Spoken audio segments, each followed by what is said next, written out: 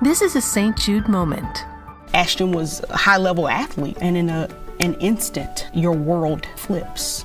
And your healthy 5-year-old competitive cheerleader has a brain tumor. And the physician was like, your best option is St. Jude. Receiving treatment that was life-saving for our child and knowing that that treatment would be of no cost to us was a huge weight lifted. Learn more at stjude.org. Welcome to the latest episode of 5 on the Floor of the 5 Reasons Sports Network. Thanks for joining us on your favorite podcast app. We're now on Red Circle, as well as Google Podcasts, Apple Podcasts, Spotify, and more. You can also check us out on the 5 Reasons YouTube channel. It's a great way to get us. If you're an Android person, we got plenty of other content there, Dolphins and NFL shows pretty much all day long. Also check out 5reasonsports.com. Spell that one out for the latest articles without a paywall. I also want to tell you about a new sponsor of the 5 Reasons Sports Network. It's called Mobile C-Arm and Staffing Services. Mobile C-Arm and Staffing Services. And here's what they do, okay? They offer C-Arm services. They rent C-Arm equipment on a short and long-term basis in hospitals, surgery centers, chiropractic offices, and pain management offices. They also have cadaver lab courses. That's where the medical device companies set up a lab to showcase their products to surgeons who may not have used them before. So they service office-based procedures, pain management offices, chiropractic offices, and cadaver courses, and they can rent the C-Arm equipment to an office and also send an x-ray technologist to run the machine. So lots of stuff that they do there. Check it out on the website. It's at c-armandstaffing.com. That's C, the letter C, for like, I don't know, cat, -armandstaffing.com. The phone number is 561-891-9620. Again, it's 561-891-9620. That's Nelson. You can reach out to him directly. And again, it's at www.c-armandstaffing.com. And now, today's episode. Yikes. 5 on the floor, ride for my dogs. Where here's the thing, you can check the score. Hustle hard, couple scars, wearing rubber frauds. Just like Butler said, you in trouble, y'all. Kept the floor playing, got it all banned. Y'all seen the block, stop with one hand. And Pat we trust, it's about have the guts. We're here to bring the heat, y'all can hang it up. Welcome to 5 on the Floor, a daily insider show on the Miami Heat and the NBA, featuring Ethan Skolnick, Greg Sylvander, and Alex Toledo, plus others from the 5 Reasons Sports Network. All right, Ethan Skolnick back on 5 on the Floor. Here's today's floor plan. I got Alex Toledo. You can follow him at Tropical Blanket. I got Brady Hawk. You can follow him at Brady Hawk 305. We've been mixing episodes here, so we're doing some on the current team, but we're also going around the Eastern Conference. We've already done an episode on the Philadelphia 76ers, another one on the Toronto Raptors. Today, we're going to cover the Milwaukee Bucks. We're not bringing in anyone for this. We feel kind of like we know the Bucks well enough. After all, we've been talking about them for the past 3 years. What we're going to get into today is this. The Bucks and the Heat are the two teams in the Eastern Conference that are the most similar, at least the teams that are closest to the top, the most similar to the teams that left the floor in the playoffs last year. Milwaukee had injuries, but the roster is largely the same, and we'll get to it. But it does seem, because we've been talking about this matchup and this as the bar for the Heat for the past 3 years, obviously beating them in the bubble, getting swept by them the next year, and then not facing each other in the playoffs last year when we all anticipated that might ultimately happen. We've looked at them as the bar. Okay, are they at the Bucks level? How do they match up with the Bucks? And I think one of the things that Heat fans have a concern about is that they've slipped against Milwaukee, even though Milwaukee hasn't added anybody of great significance. We'll talk about the one key player that they did. And the Heat obviously just lost a guy that they took from Milwaukee the previous season. So we'll get to it. First, let's just go through the roster here a little bit, Alex. What is different for the Bucks? So really, the only thing that is different is them drafting rookie Marjon Beauchamp. I'm not sure if I'm pronouncing that right. You know me, I'm not a college basketball guy, but he was one of those guys who was discussed as somebody maybe the Heat should be looking at with their pick in the first round. The Bucks ended up snagging him at 24. So look, he's not going to be somebody that they rely on as a rotation player. He's going to be somebody who probably only gets playing time if one of their bench wing guys is out, or, you know, if another wing guy is out, meaning a bench wing has to be promoted, which, you know, has happened to the Bucks in the past couple of seasons. So I wouldn't be surprised if, you know, he plays here and there. but he's not going to be in their playoff rotation. There's almost no doubt about that unless he just really stands out. Like the kid has is 6'6", has a 7-foot wingspan. Looks like he's got some real two-way promise, but I don't think he's got the body or the immediate skill from what I've seen. Again, I'm not somebody who's seen a lot of him. But from what I have seen of him, I don't think he is going to be somebody who's there a lot. There's a long shot at him being that guy for them. Joe Ingles is the main addition, but he is 35 years old, coming off injuries. He was a nice player for the Jazz, throughout those years that they had him there. I think he's going to be a nice fit, though. Just coming off the bench, he's going to be kind of just playing the same role he was in the Jazz, but off the bench. So it's less minutes, less usage. And the fact that he'll be in those lineups with their three main guys, like I think it'll be really, really, really easy for him. Whereas like in Utah, Donovan Mitchell was their main creator for those years that he was there.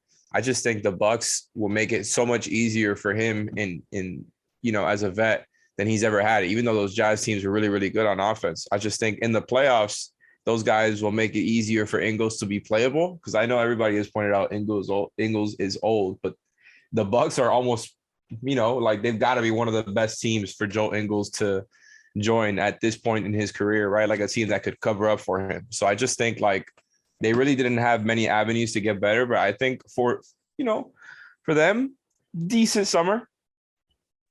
Well, the most important things that happened this summer are health, right? I mean, we take a look, and we'll talk more about Ingles because I do think he's interesting, and they haven't had a guy like that. But let's not forget where everyone talks about where they ended the season, Brady, which was they didn't have Chris Middleton, right? And that is probably what sunk them against Boston. I think if they have Middleton, they win that series. But everybody forgets they didn't have Brook Lopez for more than half of the season. And if they had had Brook Lopez, maybe they would have been able to rest other guys more during the year. Maybe they would have been able to coast a little bit more. And maybe they don't have the injuries that they do when they get to the playoffs. And also, we talked a lot and we made the excuse for the Heat, which was a reasonable excuse, coming off of the bubble season, that they had the short training camp, right? And that affected guys the next year. Well, then you have to be fair to Milwaukee, and you have to say that, Middleton and Holiday went straight from winning a championship, playing all the way until the end, right, at a very high level, with high leverage games, to then going straight to go play for the national team and playing high level leverage games, to the point that Drew Holiday was literally thrown in there in his very first game and was playing down the stretch of his very first game for Team USA. And both guys had injury issues throughout the season, or Middleton did late. And they're constructed very much like the Heat are. I mean, they're spending $120 million on their top three players this season. That's about what the Heat are spending on their top three players, if you're counting Kyle Lowry as one of their top three. So I think that we have to be fair to Milwaukee and say, even if they hadn't brought in Joe Ingles, they were going to be better than last season. Yeah, I'd say they're definitely going to be better in general when you basically have the best player in basketball and he's so young and he's still improving and you don't know what his ceiling is, that they're always going to be scary in general. And then when you talk about them being constructed like Miami, when you just look at the kind of the main teams in the Eastern Conference, other than contract-wise, these are essentially the two teams that are running it back, which Heat fans hate to hear. But the Bucks are kind of doing that as well. I know they added Ingles, but essentially they're bringing back the same core roster in general. The point you made about Brook Lopez, I think, is really interesting because he is so important to what they do. Like the fact that I think it was 13 regular season games he played this past season, like that is such a major part of this because he's so key to what they do defensively. Like everything they do defensively, as Miami knows in that one playoff series with him playing under the rim and them just kind of forcing you to make the pull-up jumper, like all of that stuff he's so important with. But then there's the flip side of this where it's, yes, he wasn't healthy and it's important for him to be healthy, but will he be healthy moving forward? Because you look at this Bucks roster and you could say they're veterans, but they're also getting older. Like they're going to start breaking down quicker. Like that's just the way they're getting to now. Brook Lopez, what is he, 34? You have George Hill, that's 36. Wesley Matthews, 35. Ingles, 35. Like they're getting up there in age in general on this roster where you kind of have to expect this stuff. Now, injuries with like a Chris Middleton is totally different. I agree that they probably do win that series if they have Chris Middleton healthy, but we can't really have that discussion because that's just so hard to kind of talk about in general. But this team is still a very good basketball team. Like that's a very good core three. We saw without Drew Holiday's like being worked in a lot better than he was, even though he won the championship in that first initial year. Like, I just feel like they're more comfortable with him in general, with this roster and the things they do in general. And I know we're going to get into the Heat stuff, but this is why it comes down to relating it to the Heat, is because other than Boston, which even though they lost to Boston and part of it was because of this reason, the Bucks provide more problems with size, I think, than any team. Like, I think Boston's going to have to at times go smaller with, let's say, Al Horford, another guy that could potentially be breaking down, or Robert Williams has had injuries that could happen again. But all healthy, the Bucks are a tough team to match up with in general. Like, you're talking about lineups that they were running with Giannis at the 3, Portis at the 4, and Lopez at the 5. Like, and we're talking about putting Jimmy at the 5 essentially at times. Like, it's just hard to match up in general when you're doing this. So it's an interesting team to talk about. Like, they have clearly the talent. Like, there's no doubt about that. But when you're coming down the stretch of here talking about matchups, that's why we keep having the discussion about kind of the deadline and making that move, because it's just hard to look at this Heat roster right now and say they match up well with this team in a 7-game series. Okay, so the fact that Brady brought up Brook Lopez there, like, I just think is really interesting, because I think you got to throw him into that category like Brady did into the older guys. Like, I think he's not, as far as like where his level is, I think he's in that category. Obviously his age, the injury history that he has as a 7-footer who's always been just in general plodding. So it's not like, he needed his athleticism or anything like that. How he was somebody who made, I think, a couple of all-star teams playing as a post big for the Nets, who then turned his game into a role-playing 3-and-D big. I just think now it seems like he's lost a step a little bit based on some of the stuff I've seen here. So maybe he just needs, a year to bounce back. I could be wrong. He could just be right back to where he was before, which I wouldn't be completely surprised. But, some of these stats here are kind of eye-opening, because like I'm looking at it, and in the playoffs and in the regular season, I know like in the regular season, he barely played. It was about like 5% of, the minutes that there were in the regular season. Just, he did not play much. They were very much negative without him. The margin was huge. And then the same thing happened in the playoffs when he actually got to see him play much more. Like in the regular season, just to, give you the actual stats, negative 3.37 with Brook Lopez on, 7.88 with him off. Huge margin, right? Then when you switch that to the playoffs, like you get something similar. So it's just, is he the same guy? He's always been slow, but if he's not making enough shots, if teams are just letting him shoot, I think if he's slower than before, like, he's just going to be more of a liability out there for the Bucks on defense. And again, like, they have the defensive talents to help cover things up, especially when they're just playing drop out there with him. Like, he doesn't have to move very much. But I think that's where a team like the Heat come in. I know we're going to get into the matchup stuff later. But, we've talked all summer about how they got to go more offense and, pick up the pace a little bit, take more shots, just try to go more offense, since they lost PJ Tucker and can't necessarily replicate what they did last season on the defensive end. I think a team like the Bucks would be a great barometer for that in the playoffs, right? Because you have to make your shots versus them. And I think that's how you play Brook Lopez off the floor. Shout out Frankie Garcia from Heat B. He was talking about this the other day on the episode that Brady was on. He was just, he actually spoke about this. I'm thinking about it now. And I just think like Brook Lopez is somebody who, if you can play him off the floor, I feel a lot better about the Heat's chances, even though I wouldn't put them as a favorite whatsoever. I think Brook Lopez is kind of the X factor to the Bucks title chances, because if they can have the opportunity to, play big and small, I think they're really, really hard to beat if they're just effective. However, right. And Brady brought up the 3 big lineups, which is kind of scary to think about. But if Brook is just a liability out there, I think, they have some holes there. But I do think with Middleton back, they're going to be right back in the mix to be title favorites or something close to it. All right. The question I want to ask after the break is this. So you guys both think about this, which is, we have talked about the Heat in the context of trying to chase down Milwaukee for the past 3 years, one way or the other. Should we change the way we think about that? Because I think we all agree Milwaukee could be the favorite in the Eastern Conference, but others are picking Boston, and they're constructed differently. And I think that affects maybe how Miami goes after this thing now, because whenever I used to talk to people inside the Heat organization, it was Milwaukee, Milwaukee, Milwaukee. Now that's changed a little bit where there's a couple other teams added to the mix. Before we get to that, though, we do want to tell you about a couple of our sponsors. Our gambling sponsor is Better Edge. Go to betteredge.com/5RSN. That's the number 5RSN. You get $20 to play. This is peer-to-peer gambling. This is legal. This is not like you're betting against the sports book and you're getting money orders 6 months later from Costa Rica. This is legal in the state of Florida. It's called betteredge.com/5RSN. That's where you go to get the $20 off. We've got tournaments running there during the NFL season. We will be doing it there as well during the NBA season. And of course, our fantasy partner is Prize Picks. Lots of signups lately for football season. So get geared up for basketball. That one, the code is 5, F-I-V-E. Go to prizepicks.com or download it from the Google Play Store or from the App Store. But this was just rated the #1 fastest growing sports product in the country. Find out why. And everybody's using our code. So use the code. It's 5, F-I-V-E. State Farm offers surprisingly great rates on auto insurance. But what does that mean? Surprising. This often means something comes out of nowhere, like finding that $20 bill in your dryer. Great? Well, obviously great means superior. Rates? Simply what one pays in exchange for something. And in this case, that something is State Farm being there when you need them most. Like a good neighbor, State Farm is there. Individual premiums will vary by customer. All applicants subject to State Farm underwriting requirements.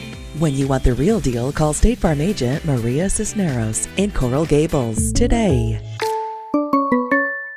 So let me ask you that, Brady. I mean, you look at this Heat roster right now and you're like, okay, how are they going to match? I mean, if Milwaukee's going to play with size, Miami can't match that size. Like, right? I mean, if it's going to be Brook and it's going to be Portis or Ibaka and you're going to be throwing Giannis in at the 3 and Giannis is going to be making jumpers and all the rest. I mean, we've talked about having enough bodies to handle Giannis. Well, in the past, you had a PJ Tucker on your side. Or you had you had a Jay Crowder, or you had lots of guys to throw at him. Now you've got Bam. That's I mean, you're not going to be isolating Caleb Martin on him for long periods of time. You're not going to be playing Omer Yurtseven on him. You're not going to be playing Dwayne Dedmon on him. Jimmy's, outmatched from a physical standpoint there and a height standpoint. You don't have the options you had before. And that's the thing what Alex is talking about. Like, I understand playing Brook off the floor, but if Milwaukee can play with those, you can't compete with that, with the kind of size that you have, right? And in the backcourt, yes, you've got a lot of really good guards, and we've talked about using all of them, whether it's Hero or Oladipo or Lowry or Vincent or, and obviously the shooters with Strus and Robinson. But you got Drew Holiday to try to erase one of them at the very least. Ingles is not a great defender, but they have other guys on the roster who can. Carter's a pretty good defender if he plays.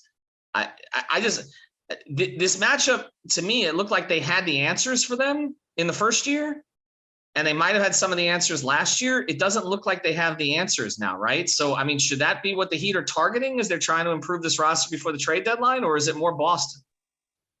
Yeah, I'll say the first thing on just the Milwaukee matchup in general with the bodies. I think the bodies is the most important thing because no team can guard Giannis. Like, that should be said first. Bam is probably the closest build to anybody in the league that can guard up on Giannis. Like, a PJ can guard him enough, or Crowder can guard him enough, but Crowder or PJ didn't full on guard them one-on-one. Like, it was Crowder and Iguodala and Bam, and it was PJ, Bam, and Jimmy. Like, you have to put so many bodies on him in general. But I just don't think with this current roster at this moment, they have the bodies, to your point. Like, that's the issue here. But I think if you're talking about those big lineups, at least if you're going to go with this full-on offense, as Alex was talking about before, the whole counter to this is attack the drop. Like, they're going to be sitting there, and this team is so guard-heavy that you're just going to have to full-on rely on your guards to make plays offensively and just keep you in the game and allow you to be successful. Because if Tyler and Depot and Kyle and Gabe and all these guys are allowed and kind of taking off as perimeter players on the opposite side, I think it's a very intriguing matchup because they could just kind of counterpunch each other the entire game. But to your point about who they're chasing, right when you asked this question, I'll say the first thing I thought about is that answer is going to change depending on which player you ask. Because I think back to the Heat finished up their series against Philly, and it was going into Game 7 between Milwaukee and Boston. And I was at the practice that day. And I remember we were talking to Tyler, and Tyler said, he was asked about, like, which team would he rather see? And he said, well, I'm not going to say it, but I know which team I'd rather see. We all know that was Milwaukee. Like, the matchup there, the shots are going to be there for him. Like, it just is. It's not a switching, it's the drop. But then you go on the other side and you say to yourself, well, I think Jimmy Butler would rather see Boston, and because he can manipulate switches, he can find ways to get to the rim. He's not just going to be kind of blocked off from the rim the entire game like a Milwaukee. So I think this is so dependent on what you think of your roster. Like, that's where I come down of it. Like, I personally believe that you're chasing down Milwaukee, if you're asking me personally, because I just believe a fully healthy Milwaukee team is more dangerous than a fully healthy Boston team. But then I say, I just feel like you'd rather make Jimmy Butler adjust than Tyler Hero adjust, because I think at this point, we had discussions in the regular season, specifically after they played Milwaukee in games, where we said the length bothers Jimmy. Can he get past it? I think when it comes down to it, when it matters most in the postseason, when it's not kind of that weird season that happened in the playoffs where it was just a weird season in general that you touched on earlier, that he can get by that. Like, I think he can figure that out. So I'd say you'd rather chase down Milwaukee in general, but it's just, in my opinion, it's just so just player dependent. And I think either matchup is for Bam is the exact same. Like, when you're going down this roster, like, Bam just has to be aggressive and take the shots given that they're going to give. And then depending on the matchup, who do you want to be more centric on? You want it to be more Jimmy centric, or do you want to be more guard centric? So that's the interesting part of this. But I think the equalizer here is either way, like, even if the fact that this does happen, you still need that connector for and extra bodies on the roster, big bodies that you can throw at either. If it's the big lineups in Boston, which I know we'll do a pod on, that's the different conversation, or the big lineups in Milwaukee, like, either one is going to need full on effort. But the offensive side of the ball, I guess, in either one of these matchups, I'm not as worried about maybe as I was a year or 2 years ago. Like, that was my worry, I think, more of in that initial Milwaukee series when they lost. Like, I was worried about, can they get enough offense? Would Kendrick Nunn hit the pull-up three at the elbow? Would Tyler Hero hit it enough? And they did it, and that's why they lost. That's why they kind of went downhill and lost in 4. So I think I trust them enough, I think, at this point to do that. But then now we're on the back end saying, can they hold up defensively? And I guess we'll find out those answers soon enough. Yeah, I guess when we look at what they have now, what they have at the trade deadline, Alex, it may look different. And that's some of it may be where kind of Milwaukee is in the standings. But let's just focus on this very narrowly here before we close. Because if Giannis keeps improving, none of this matters, right? Because we can talk about the 2 big threes and the way the teams are constructed, and both teams spending, roughly $110 to $120 million on the top 3 players. But as great as Jimmy is, if Giannis separates another level here, and then you're talking about, having Middleton and Holiday versus, your other 2 highest paid guys are Bam and Lowry, they're not catching this team. I mean, because we just may be entering a Giannis generation here, where you have a guy who knows how to win a championship, did it the hard way, and then got denied the next year, and is going to come back. And we just saw it when he was playing overseas. Is going to come back maniacal this season, adding new layers to his game.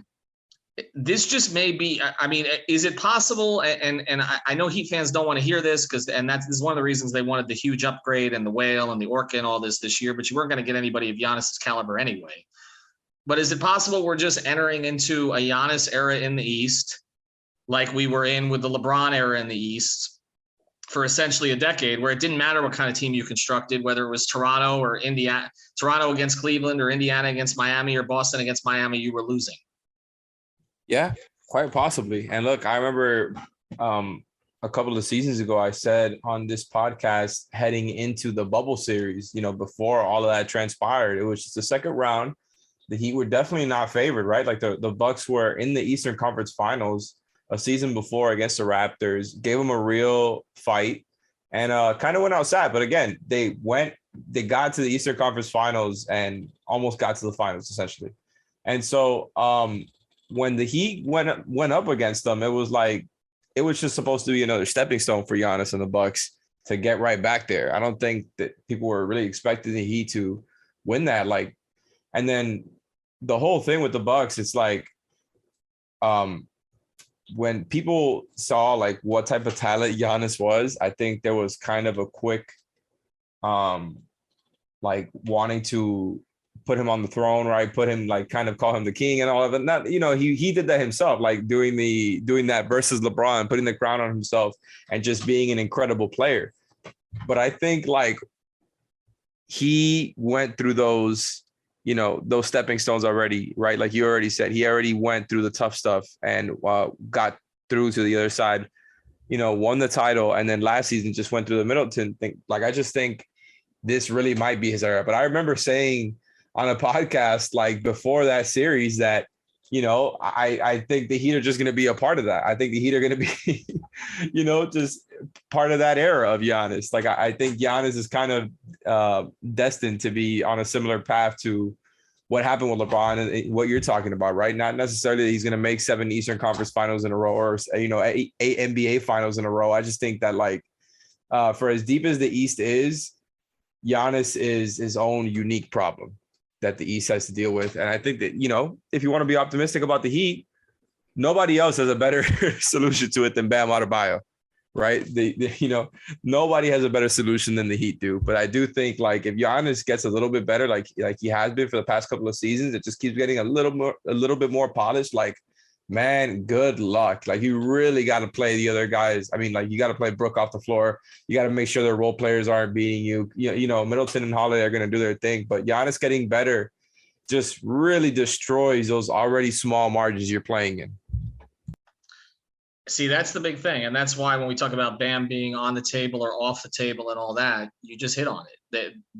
The Miami Heat have one of the few solutions in the entire NBA for Giannis, and it's not a full solution, but at least they have a partial solution, which other teams don't have. And that's one of the reasons why when Heat fans are like, well, I don't see what Bam does on offense and all the rest of this, you talk to Heat people and they're like, how are we going to compete with Milwaukee for the next few years without Bam?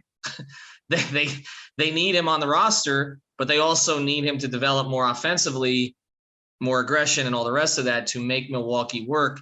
I am more, it's funny. I've been trying to be more optimistic than other, Heat observers this offseason and kind of speak to the improvements that can come on this team. And again, getting Oladipo, back in the fold, and you sort of adding a player who we didn't talk about a whole lot tonight, but, and then the improvements you may get from Vincent and Strus and Martin and some of the others. And I've been optimistic about all this. And then I come to this pod, and to me, like, this is the one where it feels somewhat hopeless.